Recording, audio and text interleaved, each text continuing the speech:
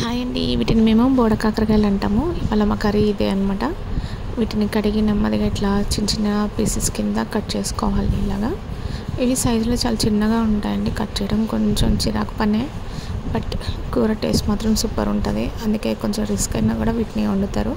Cost కూడా ఎక్కువేనండి. ఈ పావు కేజీ వచ్చేసి ఇప్పుడు 90 రూపాయలకు కొన్నాం మేము ఇవి. బట్ ఏది ఏమైనా టేస్ట్ బాగుంటుంది కాబట్టి కొనేయాలనిపిస్తుంది. సో వీటిని ఇలా చిన్న చిన్న పీసుల కింద కట్ చేసేసుకొని అన్నీ ఒక దగ్గర పెట్టుకున్న తర్వాత ఆనియన్స్ వీటికి కూడా ఇలాగే సన్నగా కట్ చేసుకోవాలి. ఈ కర్రీకి ఈ కాకరకాయకైనా చేదు కాకరకాయకైనా ఆనియన్స్ ఎక్కువగా ఉంటేనే కూర టేస్ట్ బాగుంటుందండి. అందుకని నేను ఆనియన్స్ ఎక్కువే కట్ చేస్తాను మామూలు కర్రీస్తో పోల్చుకుంటే. వీటికి దొండకాయ కానీ ఇంకా గోర్చికుడుకు కూడా ఎక్కువే కట్ చేస్తాను నేను. ఇది కళాయి తీసేసుకొని దాంట్లో మెయిన్ అయితే అంత లెక్కే అండి. నూనె అయితే ఎంతమంది పర్సన్స్ ఉంటే అంత స్పూన్స్ వేస్తాను. అదే ఇంకా మేము డే మొత్తం అదే ఆయిల్తో ఉంటాము. తాలింపు వేయడానికి కొంచెం జీలకర్ర ఆవాలు వేసిన తర్వాత ఆనియన్స్ కూడా వేసేసుకోవాలి. కట్ చేసుకున్నాయి మంచిగా వేసుకొని వేయించుకోవాలి. ఇలా ముందే కరివేపాకు వేయొద్దండి. వేస్తే అవి మాడిపోయినట్టుగా అవుతాయి. బట్ ఇట్లా ఆనియన్స్ వేసిన తర్వాత ఏంటి అని అంటే ఆ కరివేపాకు ఫ్లేవర్ అంతా కూడా కూరకు మంచిగా పడుతుంది. బట్ వాటిలో న్యూట్రియంట్స్ కూడా పోకుండా ఉంటాయి. జనరల్గా నేను పసుపు కూడా ఇప్పుడే వేసేస్తాను. ఇది మంచి యాంటీబయాటిక్ అండి, గట్కి చాలా మంచిది ఇది. వీటిని మాత్రం మంచిగా ఎర్రగా ఫ్రై చేసుకోవాలి వీటన్నింటిని. సో నేను ఇది మూత పెట్టకుండానే ఫ్రై చేస్తున్నాను, మగ్గుతుంది అని చెప్పేసి. కొంచెం లైట్గా ఫ్రై అవ్వాలి. ఇది ఫ్రై అయిపోయిన తర్వాత మనం కట్ చేసుకున్నటువంటి కాకరకాయ ముక్కలు కూడా దీంట్లో వేసేయాలి.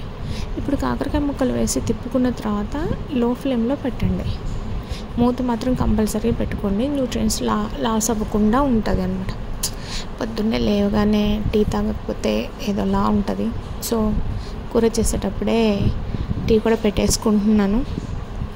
అలా కొంచెం టీ పొడి చల్లి, షుగర్ కూడా కౌంటే అండి. ఎన్ని పర్సెంట్స్ అయితే నేను అన్ని స్పూన్స్ వేస్తాను.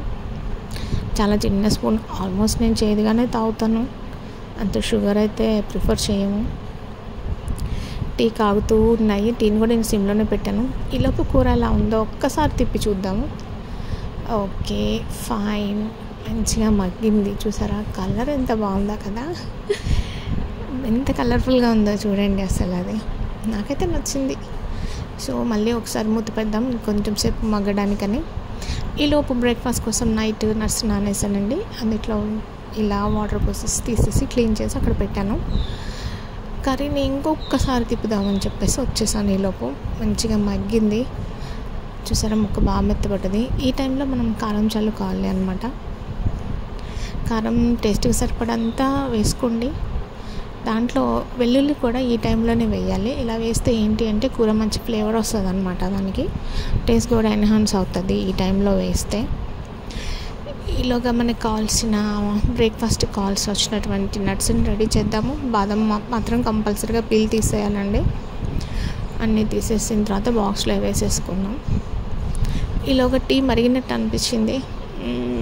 చూసారా, ఏదేమైనా పొద్దున్నే లెగగానే ఆహా ఒక కప్పు టీ తాగి డే స్టార్ట్ చేస్తే వావ్, ఆ ఫీలే వేరు. బట్ ఏంటంటే మార్నింగ్ ఆఫీస్కి వెళ్ళిపోయే వాళ్ళు ముందు టీ నింపాదిగా కూర్చొని తాగేంత టైం అయితే ఉండదు.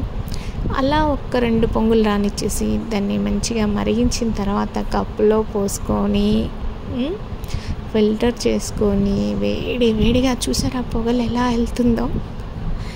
అట్లా పొగలు ఎక్కే టీని తాగుతూ ఎంజాయ్ చేస్తే వా, అసలు సూపర్ ఉంటుంది కదండి. డే అంతా హ్యాపీగా బతికేయచ్చు ఒక కప్పు టీ తాగితే. కూర చూసారా మంచిగా అయింది. సాల్ట్ ఎప్పుడైనా కూడా కూర మొత్తం ఉడికిన తర్వాత వేసుకోవాలి. అప్పుడే హై ఫ్లేమ్ మీద కానీ లో ఫ్లేమ్ మీద ఎక్కువ హీట్ అవ్వకూడదు మనం సాల్ట్ వేసిన తర్వాత. వావ్, కూర మాత్రం సూపర్గా రెడీ అయిపోయిందండి. ఇంకా బ్రేక్ఫాస్ట్కి వచ్చేలా బాక్స్లోకి 2 ఖర్జూరాలు, 3 జీడిపప్పులు, ఒక అంజీర్, నానబెట్టిన నట్స్ అన్నీ, అవి పల్లీలు, పొద్దుతిరుగుడు గింజలు, గుమ్మడి గింజలు అట్లా ఉన్నాయండి. దాంట్లో అన్నీ నానేసిన తర్వాత వేసేసాను అవన్నీ. వీటితో పాటు ఇట్లా ఎండు ద్రాక్షలు అంటారు వీటిని, అవి కూడా వేసేసి బ్లూబెర్రీస్ మొత్తానికైతే భలే టేస్టీగా ఉంటాయండి, పుల్లగా తీయగా అంతా. Breakfast ready. అంతేకాకుండా వేడిగా అన్నం లంచ్ బాక్స్లోకి రెడీ చేసేసాం, బాక్స్ కట్టేస్తున్నాం. చూసారా వేడి అన్నం. మేమైతే పట్టు తక్కువ పట్టిస్తామండి, అంటే పాలిష్ చేయించమన్నమాట బియ్యము. సో పట్టు ఎక్కువగా పట్టిస్తే బి విటమిన్ పోతుంది.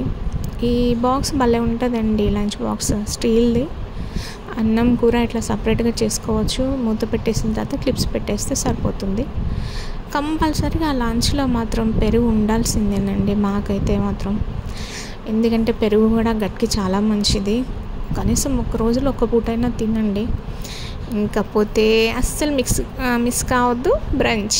ఫ్రూట్స్ పెట్టుకోండి, ఏదైనా హ్యాపీగా ఉండొచ్చు. వీటి నుంచి మంచి న్యూట్రియంట్స్, మినరల్స్, విటమిన్స్ అన్నీ వస్తాయండి ఫ్రూట్స్ నుంచి. కంపల్సరీగా బ్రంచ్లో మాత్రం దీన్ని యాడ్ చేసుకోండి, ఓకేనా? భలే ఉందా. ఇవాళ అయితే డ్రాగన్ ఫ్రూట్ చేశాను. Come on for happy life, okay.